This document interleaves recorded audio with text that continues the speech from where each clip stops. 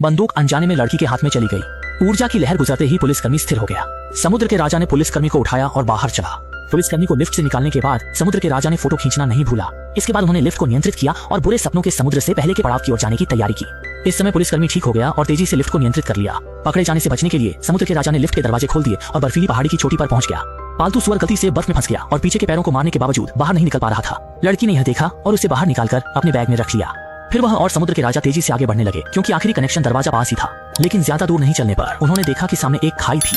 तभी दूर से उड़ते हुए एक झुंड में बड़े हंस आ रहे थे और एक व्यक्ति उनकी पीठ पर बैठा दृश्य का आनंद ले रहा था। दोनों के पास आनंद लेने का समय नहीं था, क्योंकि उन्हें आखिरी कनेक्शन दरवाजा खोजना था। लेकिन जैसे ही समुद्र के राजा ने पीछे मुड़कर देखा, उसने पुलिसकर्मी को लिफ्ट में बैठकर पीछा करते देखा। समुद्र के राजा ने बर्फ का गोला फेंका, लेकिन लड़की बड़े हंस को देख रही थी। अचानक उसे एक विचार आया। लड़की ने एक बड़े आदमी के साथ चट्टान से छलांग लगाई और वे एक बड़े हंस की पीठ पर जा गिरे। दोनों बहुत खुश थे, क्योंकि अब वे हंस की मदद से दूर स्वप्न सागर जा सकते थे। बड़े हंस को अलविदा कहने के बाद दोनों ने आखिरी दरवाजा देखा। अंदर बहुत अंधेरा और डरावना था। इच्छाओं के जादुई मोती के लिए उन्होंने हिम्मत करके बुरे सपनों के समुद्र में प्रवेश किया। ये जगह वीरान थी और यह लड़की के दिल का सबसे बड़ा डर था।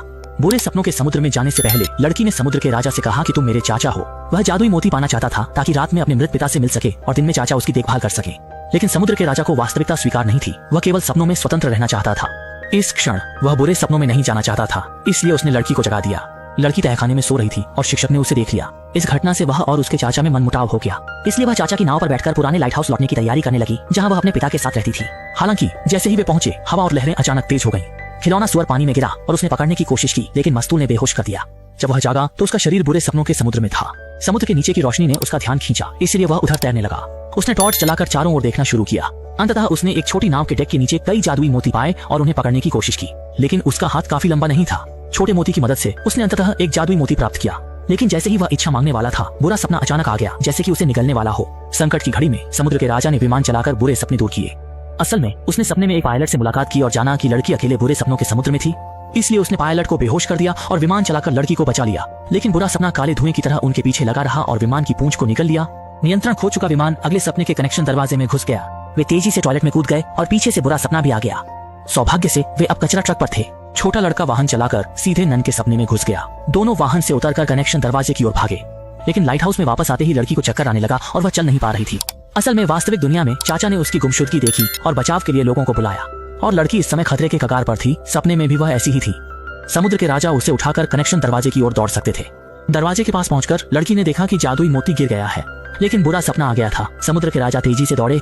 जैसे ही उसने जादुई मोती उठाया, एक बुरा सपना उसे जकड़ लिया। जैसे ही वह निकलने वाली थी, समुद्र के राजा ने जादुई मोती उसकी ओर फेंक दिया। समुद्र के राजा को गायब होते देख लड़की ने अपने पिता को खोजने का विचार छोड़कर उसे बचाने का फैसला किया। इसलिए उसने मोती से इच्छा की कि समुद्र के राजा जाग जाए। एक शक्तिशाली ऊर्जा लहर ने उसे गिरा दिया। वास्तविकता में चाचा बचाव नाव पर अचानक जाग गए। अंततः उसने सपना याद किया और इस समय लड़की भी समुद्र में गिर गई।